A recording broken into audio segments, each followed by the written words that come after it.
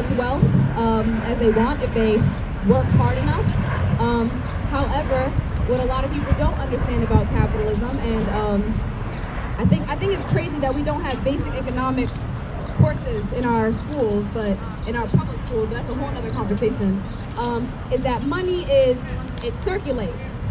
You don't just make money. There's not just endless money to be made, and we're all getting rich. Money is circulatory. So what happens in capitalism, there's two things that happen. One, in our government system, our government is basically responsible for regulating corporations and holding them accountable, making sure they pay their taxes and things of that nature, holding them accountable for oil spills and whatnot. But because we require funding for campaigns, and we have groups like ALEC. I don't know how many people have watched the 13th and know about ALEC, but ALEC is essentially a lobbying program organization that they are made up of legislators, politicians, and heads of corporations, such as Walmart, State Farm, many others, and they essentially all take part in pushing forward legislation in regards to keeping corporations safe. What a lot of people don't know is that these laws it's not just that people began utilizing the system to create these laws. A lot of people don't know is that the original Senate of the United States was not an elected body. The original Senate of the United States was made up of the wealthy class in America during the time of its founding, and they created many laws specifically to protect the wealthy and make sure that middle and working class were not able to just take over people's land. Basically, they wanted to make sure that the working class wasn't able to do what they did to the British. That was essentially the purpose. And so when we get into capitalism, there's just so many layers to it. But essentially, how I like to define it is a monetary system that legalizes theft. There we go. Thank you. Good definition. All right, so I'm going to move on to our third question because Anissa answered 1.5, 1.0, and 2. All right, so what realistic alternative do we have to a system already in place? Other than, wrecking shit.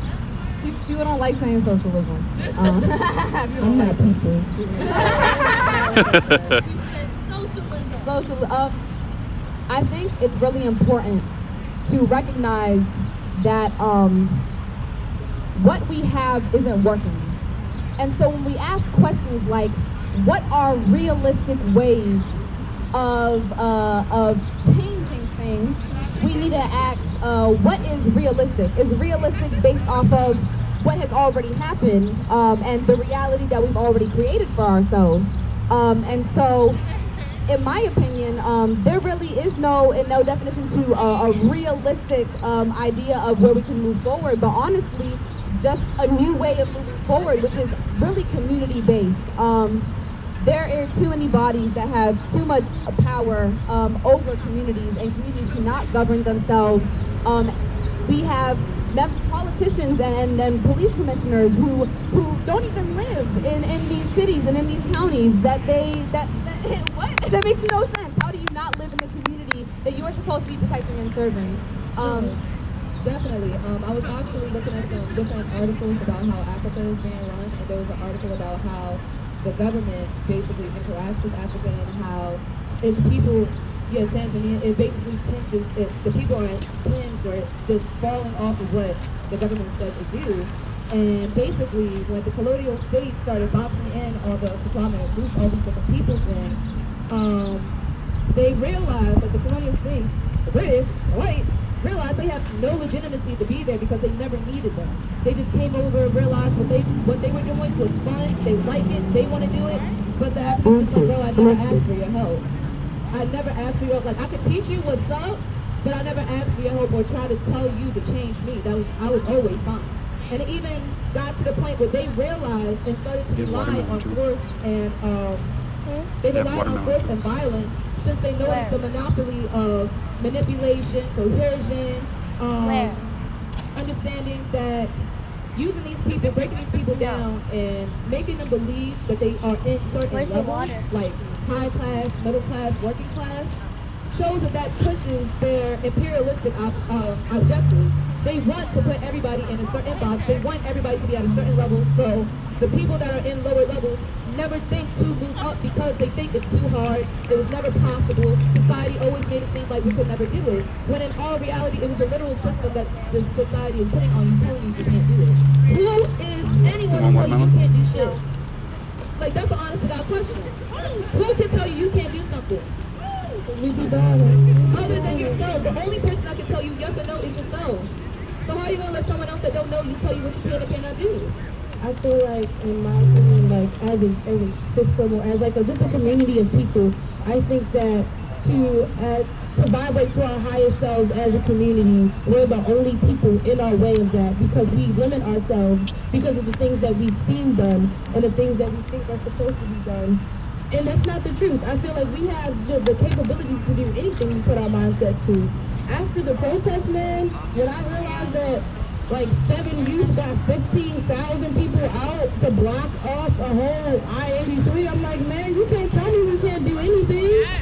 You can't tell me we can't change the world. Yeah, like I said, it was all planned in 4 days. It was planned in 4 days, and we got 15,000 people out here. So you can't tell me that we can't change the world. It's easy. We just have to manifest it into the universe, man. And I definitely agree with both Summer Nights and Sizers when they say like community-based. We got police officers and politicians doing the work of guidance counselors and social workers and psychologists, and that's not their job.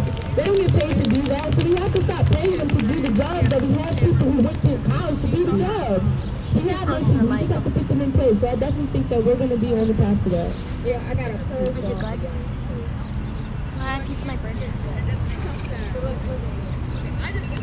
Real quick, I just wanted to bring up the fact that you cannot determine possibility through previous impossibility. Exactly. Like, say it again. You cannot determine possibility by previous impossibility.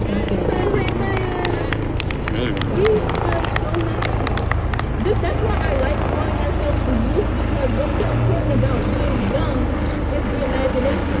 And when you grow up, you sort of like lose that a little bit and you get more proven reality in what you cannot do. The youth are more interested in what we can do, what is possible to do. Like, bro, none of this was here. Like, this was all built. We can build more things. Like, we can build a new system. None of this was here. It's not hard. I mean, shit, the niggas that wrote the Constitution was around the table and be like, bro, so how should we run this? Yeah, it'd be pretty cool if we voted and stuff, you know? Yeah, that'd be kind of cool too. It was never hard. Alright, so, before I get to the next page, you want to add to anything? It is very peaceful. Okay, so before I get to our next question, I remember seeing a post once where they were saying that Right now they're having a philosophical panel discussion. Everybody was on lockdown, and while the pandemic was happening, they were saying, oh, the best way to produce change is like right now, while everybody's stuck in the house. That's interesting. Which is interesting. But what I wanted to ask you, in what ways do you feel like having the pandemic and having everything on lockdown, do you think it had any effect on how hard everybody's been going all across the world? I think 100% just one, because a lot of people are at home, they are not distracted, and they cannot distract themselves. People cannot pretend this stuff isn't happening. I'm so sorry, Naze. 1 second. People in the back, can y'all hear? Y'all good? How about now? If I raise my voice, can y'all hear me? Just Okay. a little bit more diaphragm. Hold the literal mic head. Hold around it like that. Right here. No, do not hold the mic like that. Okay, all right. But y'all said y'all heard me. Okay. What was I talking about? What was the question? Ask them to put a book How did being under lockdown? Okay. All right. I'm sorry, y'all. you're not? Brain Okay. cells are. But people do not have the luxury of distracting themselves from what's going on. That's one. Two, honestly, I am very upset that we have to be out here endangering our safety, endangering our health. I know people who are coming out here who have immunocompromised loved ones, who are immunocompromised themselves, because they see we can't just sit here. Like, we cannot just sit here. And I don't try to romanticize us being out here amongst COVID at all. I think it's horrible that we cannot be sitting inside our homes making sure we're all safe because everything has seemed to stop except violence against the black community. So I definitely want to kind of touch on that real quick, just for what you said, the idea of romanticism during COVID and just in general. I want to make something very clear. I don't want to be here. I don't want to be in front of you guys. I specifically don't want to be in front of you guys. White people also educating white people on how this world is terrible. I don't want to be here. I also don't want to be an activist, period. Talk your shit. It's not a fun thing. I didn't grow up saying I want to be an activist. I grew up saying I want to be a lawyer, but they're corrupt too. So my thing is, we all are so here because we want to hear the youth. Oh my God, the youth are so great. They're really doing the damn thing. And I wonder why. I wonder why we have to be out here wasting our time. I failed my fourth quarter because I was too busy protesting. We are literally out here losing our childhood because the adults couldn't adult. So while we're out here having this conversation, I do want you guys to keep in your minds that this is a hard conversation for everybody. Most importantly the youth, most importantly the little kids that don't even know what's going on that are out here. I literally see like babies out here who have no idea the state of which they're in. So I just want to make it very clear that activism isn't like this high horse thing that all of us love to do. We did not want to be in the media because we did not want to be in the media. We did not want to talk to police because we do not want to talk to police. We don't want to be activists because we should not have to be fighting for basic human rights. I just wanted to say to the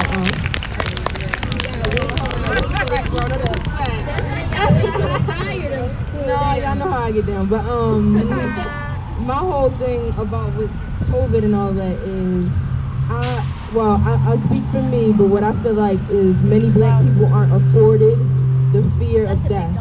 We can't, that's not what we're afraid of. We're afraid of not receiving justice because we're not going to. We're not, people can be bad people. We're not saying that. The thing, like I read a post the other day that said, when we talk about racist system, we're not saying everybody in the system is racist. We're saying no matter what, if there were no racists in the system would still be racist. When you look at somebody like, this mic is not working. I'm like, no, it's going on. You're going on. Y'all can hear me in the back? You're going on. Cool. So what I'm saying is, for example, how now they're saying that the officer who murdered George Floyd may have done it for personal reasons. But you know why he felt comfortable being able to do it? Because whether he's racist or not, the people he worked for are, and they don't care. That means I can take out my personal vendettas on black and brown people because the system allows me to. Yeah. No, seriously. Nobody heard that. I'm sorry, Lil. Yeah. Nobody heard that. But hold on. Let me just say, so COVID, nobody wants to get sick, right? Nobody wants to die, but just like I was just talking about, we're not afforded mourning. We can't mourn. We do not have time for grief. We don't have time to take care of our mental health when we have people still being murdered without justice, when they still aren't releasing the names of the officers who murdered Tony McDade. We don't have the time to grieve. No, seriously. So, okay, so we're gonna move on to our next question. Back to socialism. Does socialism just encourage laziness amongst people? Can I answer that? Yeah. Do you want my headset? So we have two cops standing in the background, watching between the trees. Oh yeah. So people don't realize that everybody worships something, even if you're not a religious person. in a capitalist system, We got some cops worship behind us, too. production, and we worship money, and we believe that our time is money, and it shouldn't be. And what COVID-19 has forced us all to realize is that we have been going far too quickly, and it's literally killing our earth to be moving and producing as fast as we are. So literally, we should be slowing down and like being lazy. Like, please. Like capitalism has convinced us all that it is not okay to simply be a human being and be. Like it has forced you to believe that you must do in order to have any sort of value, and that's not available. Oh, dang, I should have wrote down what my card said. And I feel like on top of that, and piggybacking off of that, I feel like it's also just, I think there's this idea that somehow capitalism only negatively impacts the brown and black communities, which is not true. It affects, if you are white, it affects y'all too. And I think that's one of the main things we gotta put out there is like, y'all are also part of, they don't care about y'all either. If you are working class, they care about your money. They care about your money. They don't care about y'all. You've seen all these white protesters out here who they've been toppling over, beating their asses. Like we had, what was the old man that the cops literally, he wasn't doing, he was walking. He said something, they pushed him over. Old white man, like a boomer. Like, you know what I'm saying? He probably with everything they went. Like, you know what I'm saying? He bled out on the floor, and a bunch of cops walking by, watching this man bleeding out because they don't care. They don't care about y'all. And this entire system is an attack on humanity in the unified sense. And I know divisiveness and division has always been a part of people and how we operate. But within this system, this system thrives and requires that divisiveness. And so it's really important for white people to understand, the middle class people to understand, doctors and lawyers, like y'all time isn't y'all time, and y'all know that. When you're a doctor, how much time you gotta, you know what I'm saying? You don't get to just do whatever you want. Your time is not your time. I don't care how much money you think you're making. If you are not the top 1%, your time is not your time. And y'all need to realize this affects you too. Like it's not just us. It's not just us. So a question I have about that is, what are some ways that you feel are some steps to dismantling capitalism? Hold on, because I wanted to just address, because I've been wanting to say this for a while. I done had this definition up for a while. You know, I want to do that effects. So when you say, not the notebook, it says a democratic socialist is someone who believes that the government should provide a range of basic services to the public for free or at a discount.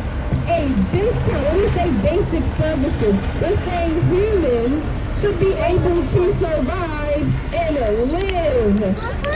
If the government is to help sustain its citizens, then why doesn't it want to sustain its citizens? We're talking food, water, shelter.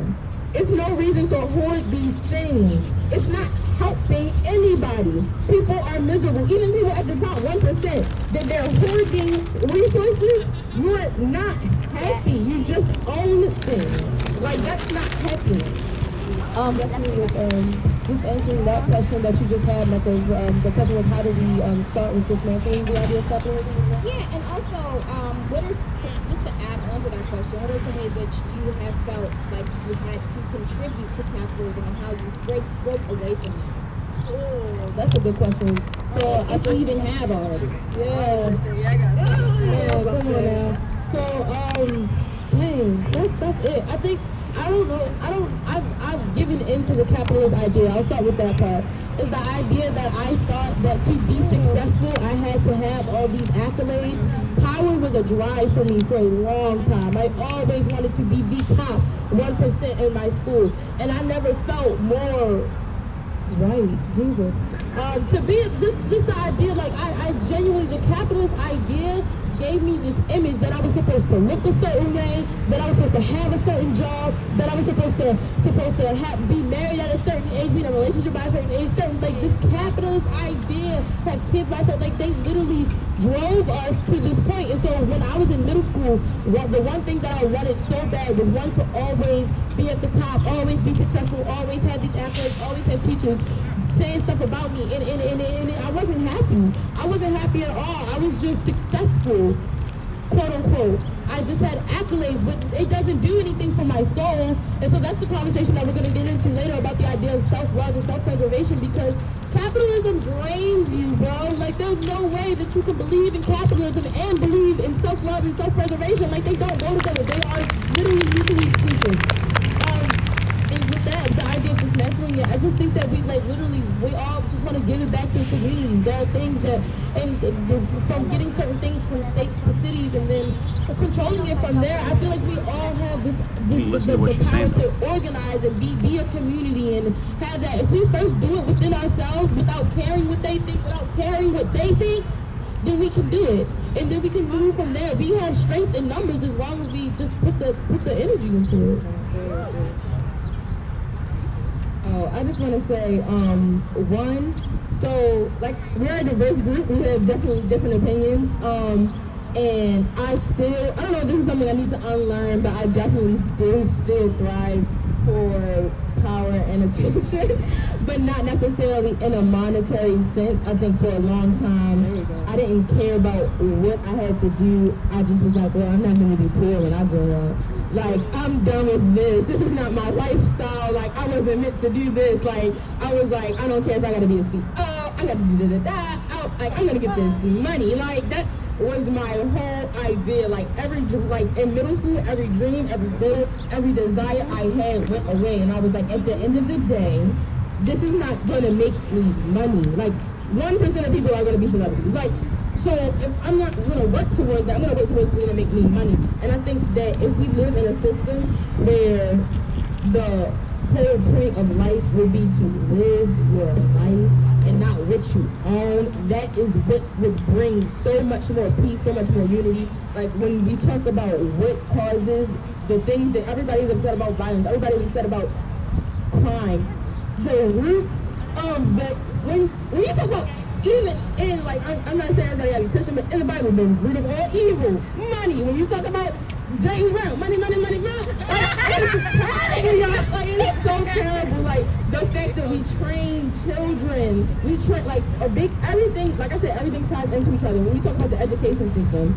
we, one, teach them, you gotta go to college so you can get a job, so you can get money. But we also don't teach them trades to get money and to survive in the system that we're saying they need money in. Everything needs to change, bro.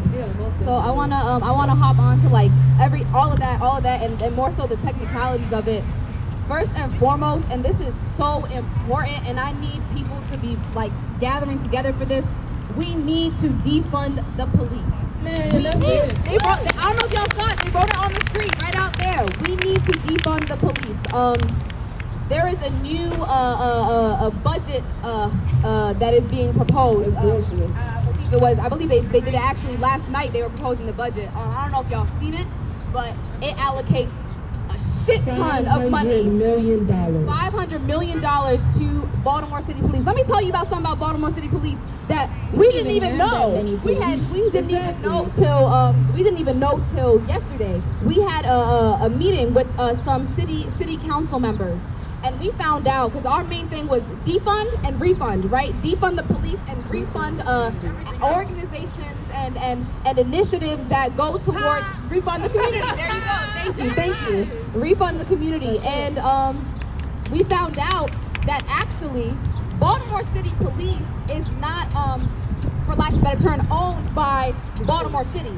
Unlike other counties and cities across the United States, we are one of very few cities where our police, so if we were to defund the police, we couldn't even reallocate those funds into other, literally all we can do is cut their funding. That's literally like as far as legislation, all we can do is cut their funding. We can't even take that funding and put it into anything else. Unless we ask Mr. Mayor Man to do it himself.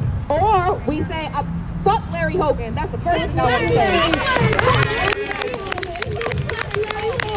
Has been the campaign since forever. Fuck Larry Hogan. That's the first thing I want to say. But these are also state level conversations that we need to be having about removing power from the state and investing it into the actual communities. And Destiny was touching upon crime and things of that nature. And here's the issue with having centralized solutions to these community-based issues is that one,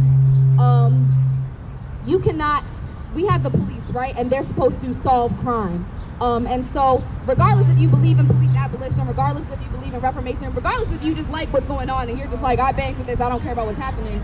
At the end of the day, what you have to understand, and you can't deny this, is that police do not treat the root of the issue. They do not. They treat the symptoms.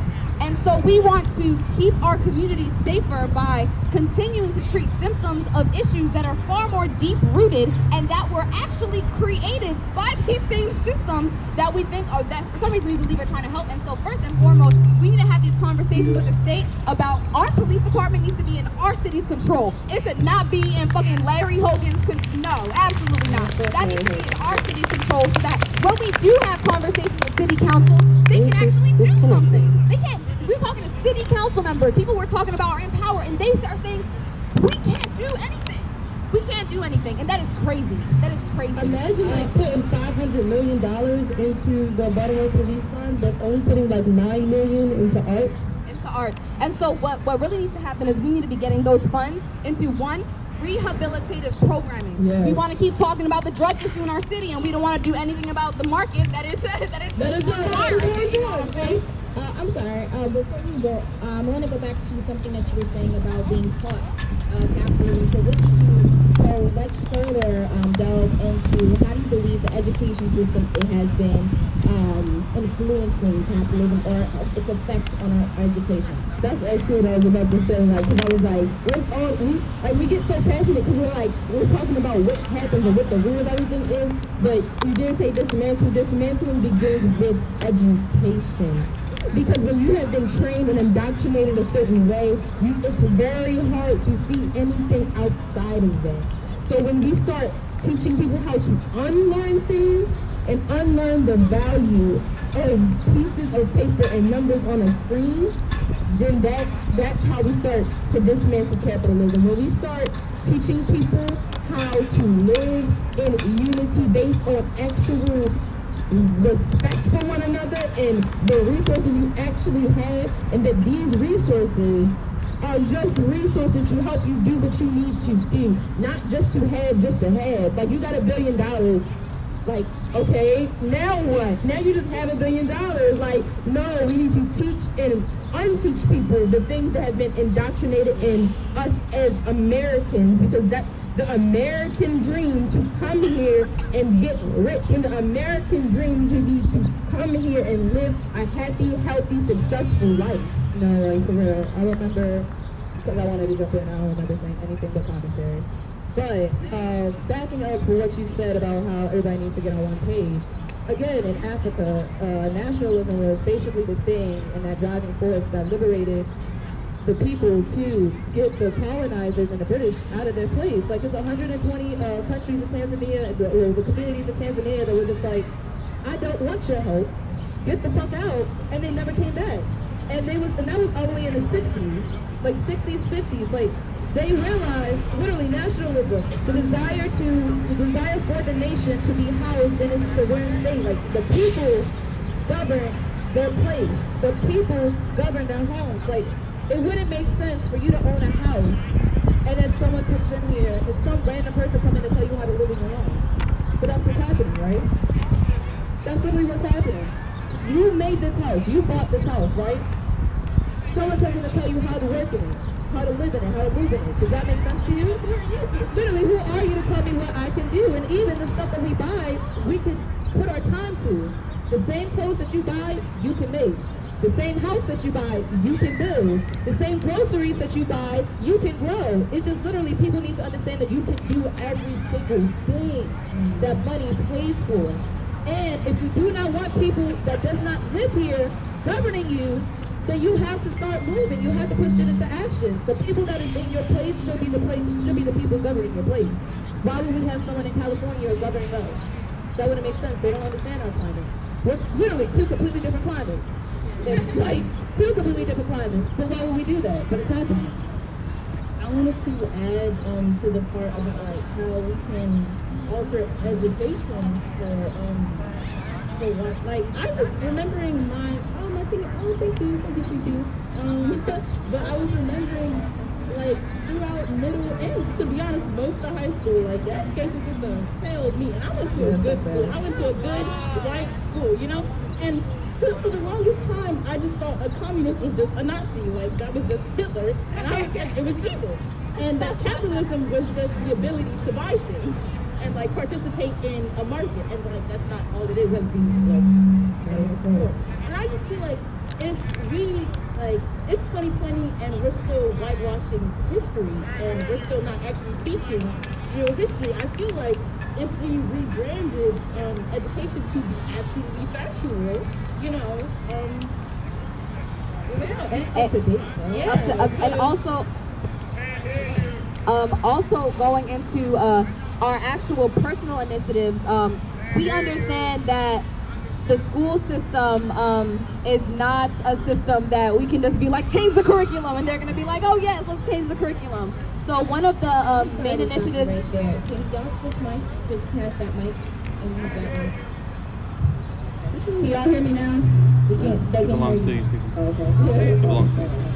But It belongs putting to these funding people. into after-school programs that do the job of educating kids in our schools about these issues, because it's going to take more than just saying let's change the curriculum. It's going to take little steps, and it's going to take educating kids beyond the curriculum so that the curriculum doesn't even begin to cover the knowledge of our youth and of those in school. And so curriculum has to change, because now we have kids challenging curriculum within the systems, and they got their evidence, they got their facts, they know what they're talking about.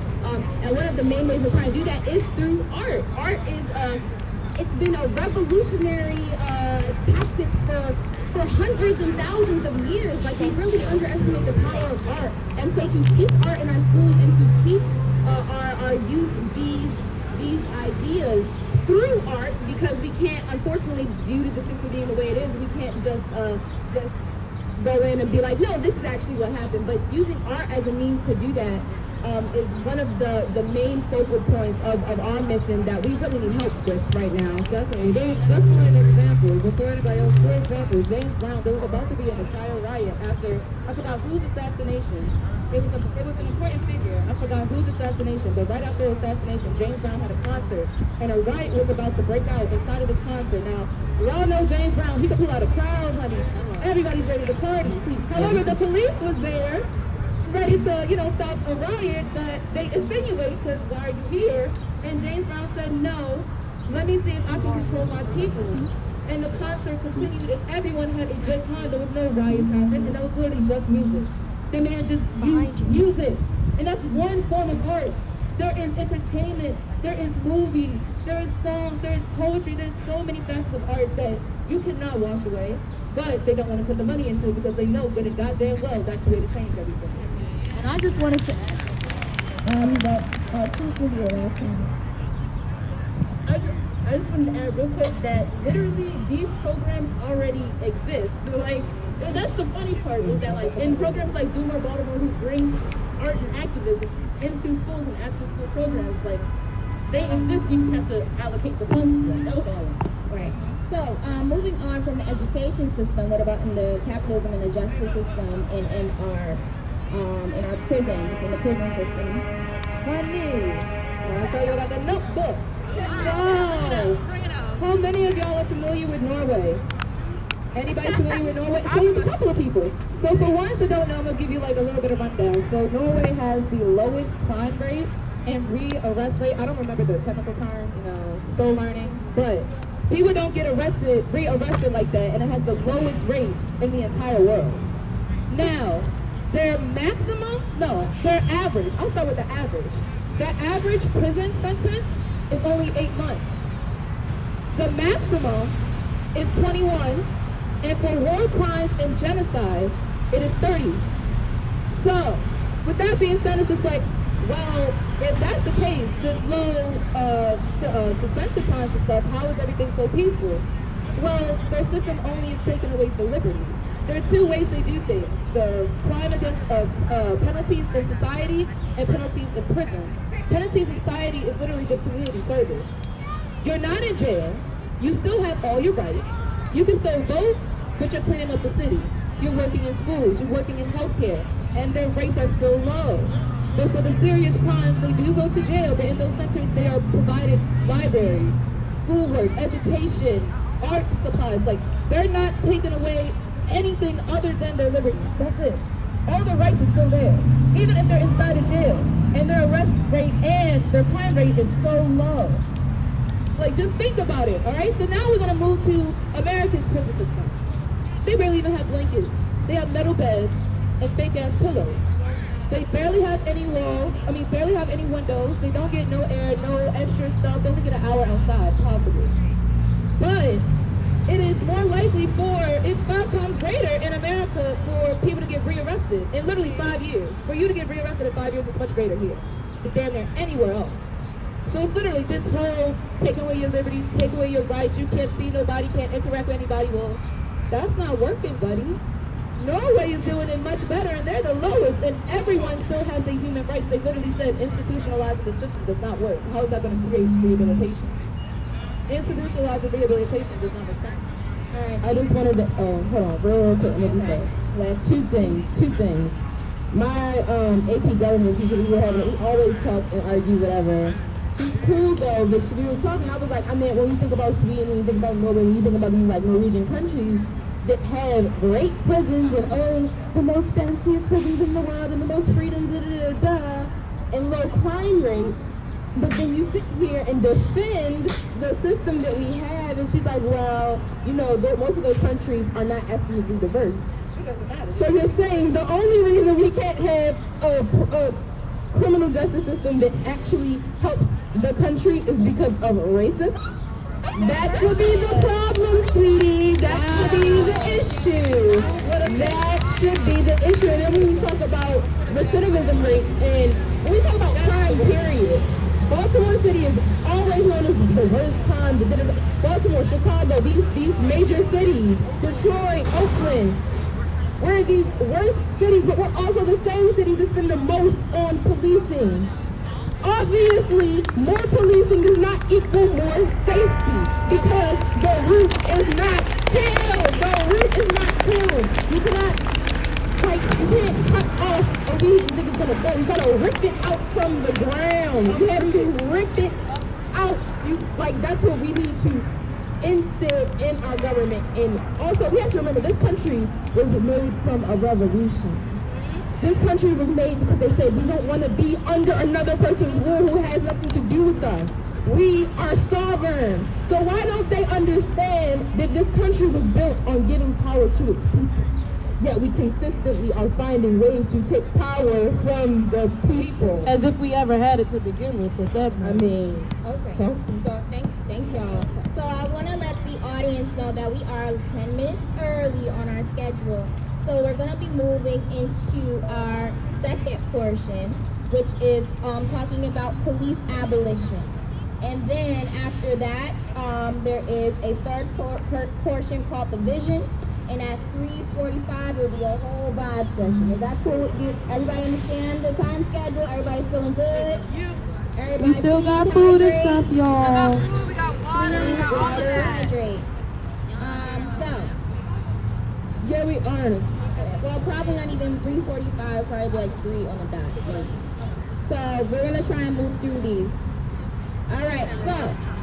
Mecca, just wanted to remind you, we are going to have a section where they can ask us questions. Yeah, open Well, I guess y'all can hear me, so we're reminded. y'all can ask questions. Right now, do people want to ask questions for this first half? Does anybody have any questions for the youth? Comments, challenges. And challenges. Issues. I talk to y'all, I want you to talk back to us. Right.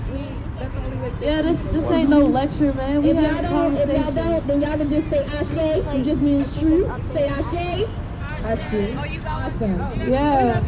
Oh, we do. Over here. It's up there. Go ask Shirley. Mecca, hold up. Oh, you did go for this one. Oh, 1 second. We want you safe.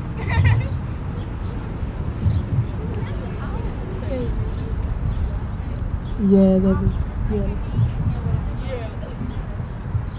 Hi, my name is Sam. yeah. So I have a small idea for an initiative in Baltimore, and I don't know if this has ever been, kind of fulfilled or done. I've heard of mediation programs between the community and police. I know A lot of people are like, fuck the police right now.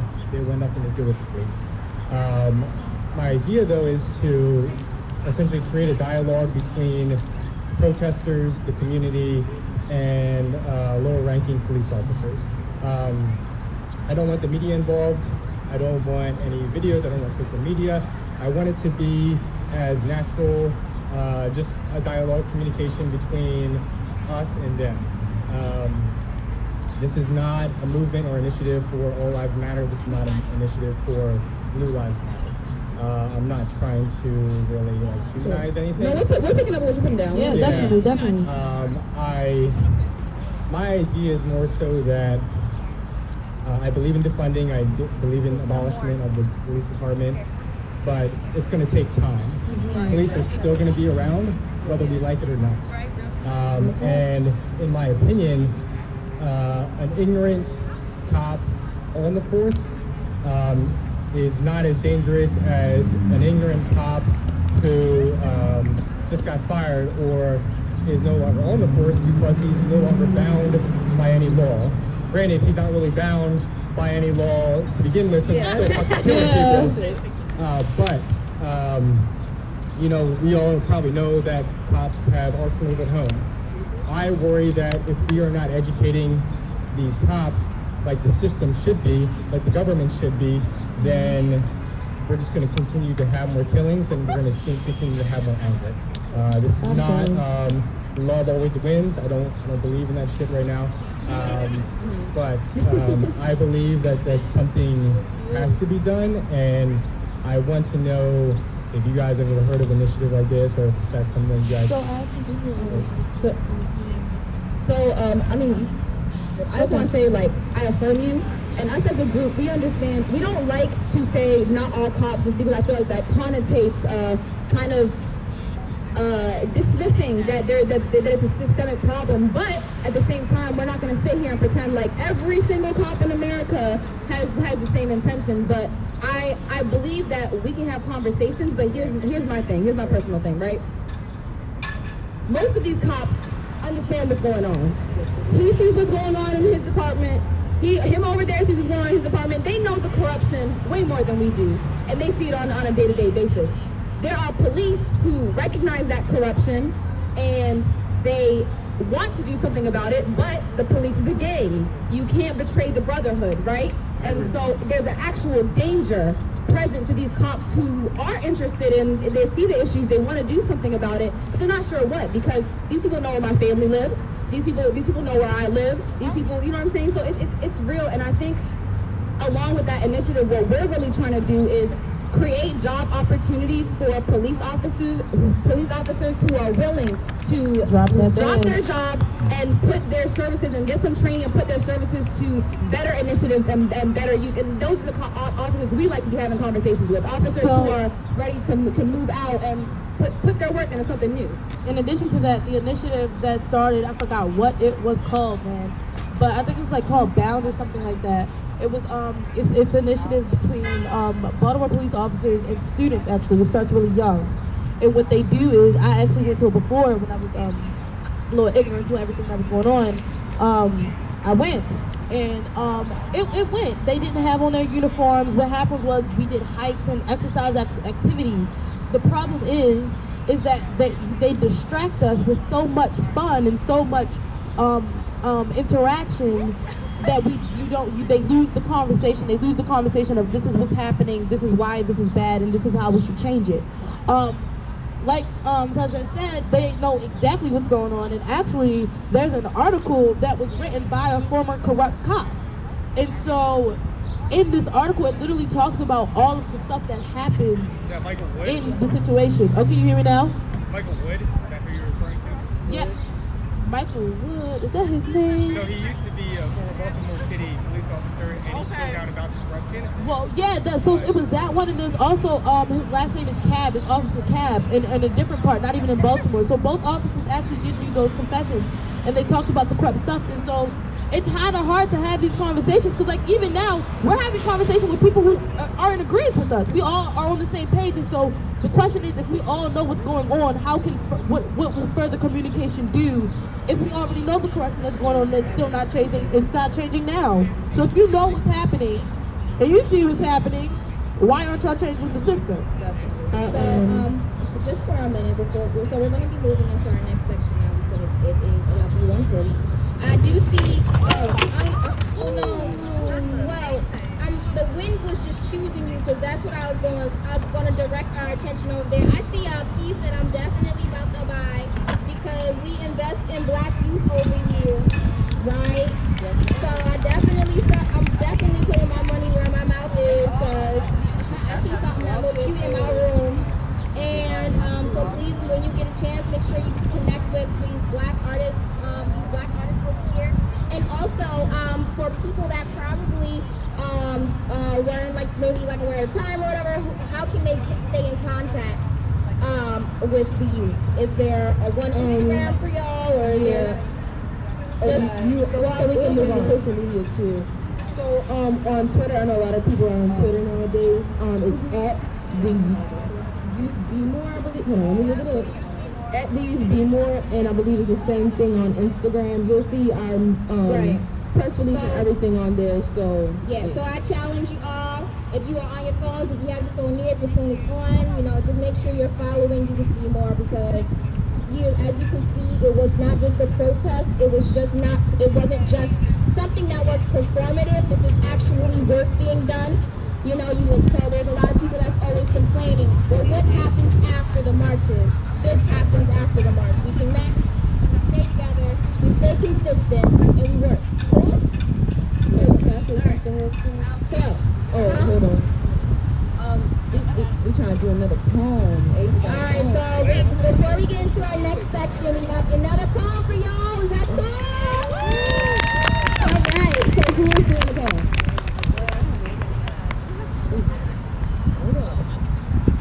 Go on, crew. No. Alright, so we are bringing out one of our young girls, Asia. Everybody clap it up for Asia! Take the red one.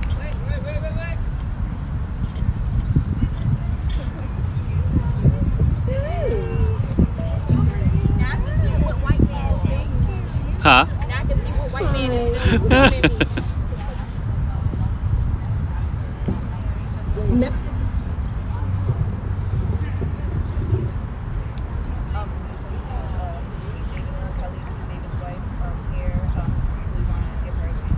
Nowadays, pieces of guns trigger word. Black lives hunting and slaughtered like animals be my biggest pet peeve. White men pissed about graffiti on the wall, get content with our names on gravestones. Police see murder as creative expression. The way Black lives be staged like a masterpiece signed with our blood and call it calligraphy. This is an open declaration to the guns with the white owner. You assisted to turn my brethren into coasters for the drunken white man with power having. My people drink gentrification and still swallow on gunpowder intent to choke on our melanin, cough up our own right to say nigga drown under our own sea of tears, and we can't evade our past because it seems the closer we are to our roots is the sooner we'll be laying underneath them. And if that is the case, I will use them to build a coffin and let them witness the suffocation of my suffrage. I will carve a scar across the face of this nation you call so beautiful. Break apart this puzzling country and wonder how you put it back together to spell let me breathe. I know y'all heard us say no justice, no peace, please. Beg for the forgiveness you never gave, forgot to give. I need you to understand, officer. It's my life first, your life maybe. I bet you think you are saving us, officer. Bet you think that since life is so hard for us blacks, death is the easiest route to see the light. So this is a message to the judicial system and all your misjudgments, to the government and all your bullshit excuses, to the master of puppet Trump and your misguided leadership. Here is 5 things you need to know. 1, I am a nigga. 2, the reason you can't eliminate us is because you can't. 3, know that you can't get drunk off your own privilege and you'll never be full of your cooked up stereotypes that still need seasoning. 4, I am not my ancestors. So 5, no, I swing first. And I'm gonna get my peace before your peace gets the chance to aim at me. Sincerely, these hands and love my voice.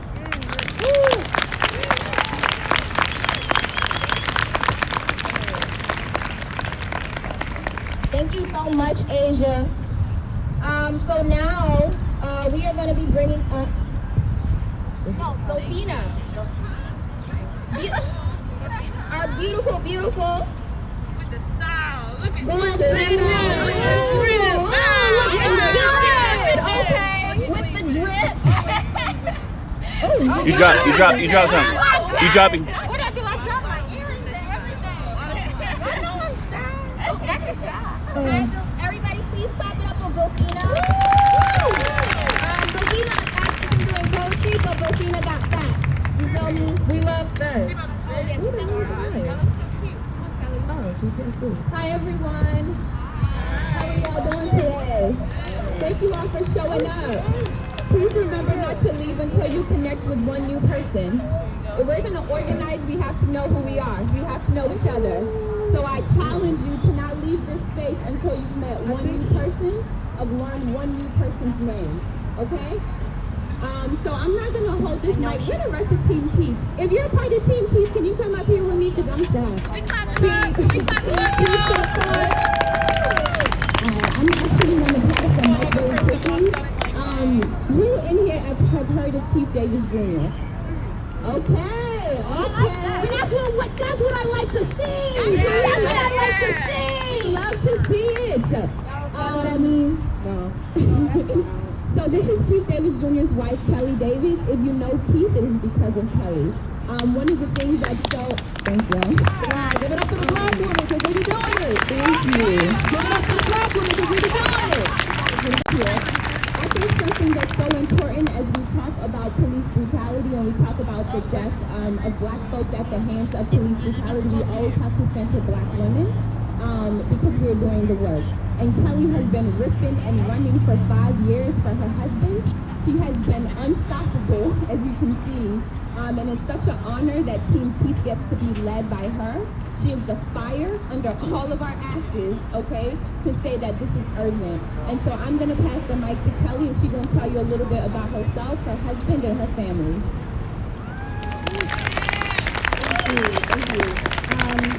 Thank you guys for being here and supporting these amazing young people. When I think about the future, and I see these guys, they have my whole heart. I just remind myself the kids are all right. So let's give them a hand. So these are not your typical young people at all. My husband was shot back in 2015 over 40 times by Baltimore City Police. 4 Baltimore City police officers. They would never be held accountable. They would never answer to anyone. It took they were cleared of all charges of any wrongdoing without anyone ever speaking to them. And I think the significant thing that is also important to me, but one of my biggest pet peeves, is that I was taught that we're supposed to mourn the dead and fight like hell for the living. Keith survived. And as we've embarked around this world and we've marched and we've protested for change and we've let them know that the tide is changing and the time for justice is now, we also have to do that for someone like Keith, who is a living hashtag. He is still here down this road in a cell after being maliciously prosecuted by the Baltimore City State's Attorney's Office. He survived, and for that, they persecuted him. For that, they made him the suspect. For that, they made him guilty. And he has now been tried more times than anybody in this country, and he is on his way to be tried again. He has faced 5 trials for a crime that he did not commit, that was tacked on after he survived this police-involved shooting. And the reality is that the police has done such an awesome job, and the state's attorney has done such an amazing job to push the narrative that people forget that Keith was shot. After these babies organized that amazing protest on Monday before last, I spoke to people in the crowd, and they were like, well, wait, I think that he shouldn't be tried again. And I said, well, why are we here? And they said, well, it was justice for George Floyd. And I said, Do you know what happened to Keith? What sparked these egregious charges of murder? No, what? He was shot by police. And the look on people's faces, they did not know that. They have been able to erase the narrative that Keith was a police, he was a victim of excessive force. He was a victim of police brutality, and that has been gone. That day, they're accusing Keith of a murder that supposedly happened hours before police shot him. So they've erased that part. And we need to be his voice until he's able to stand here and tell his own story. And I am appreciative of these young people because here they are taking on these causes, taking this city back, because this is our city. These are our streets. These are public servants that are meant to serve us. And it took these young people to be like, yeah, no, the way things are going, that's not gonna work. And they have stood forward and noticed Keith's situation and wanted to draw attention to that. And that's something that myself and my 4 children and my husband will always appreciate. And I just ask that you guys continue to show up for these young people, continue to support them in any shape, form, or fashion. We love you, Kelly. Continue to let them have their narrative and continue to let them be in control, because I've been doing this for 5 years. These babies got the right idea. They know what needs to be done, and they are putting feet to fire, and they are not backing down. And I will admire that, and I will jump on board. If they want to jump in a spaceship, I'm riding to the moon with them. Man, we driving for Keith till the wheels fall off. You crazy. We riding till the wheels fall off. Free it till it's back, because we out here till he out here with us. Absolutely. So continue to show up for these young people, support them in anything that they need, whether it's going into your pockets, whether it is showing up, whether it is donating, whether it is giving your time, because Keith does not have the luxury to decide. And these other people who are murdered by law enforcement every day, they don't have the luxury to decide to fight back. So we have to fight back for them. You always have a choice. Do not ever conform to what society tells you. If you listen to what people tell you, you will do nothing. I don't know how many people told me, you can't fight the police, you can't fight the state's attorney. And my answer has always been, motherfucking watch me.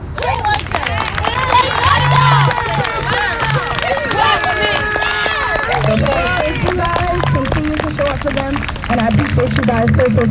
Appreciate you. Thank you so much. I need your password, please. Delphina, do you have more to add?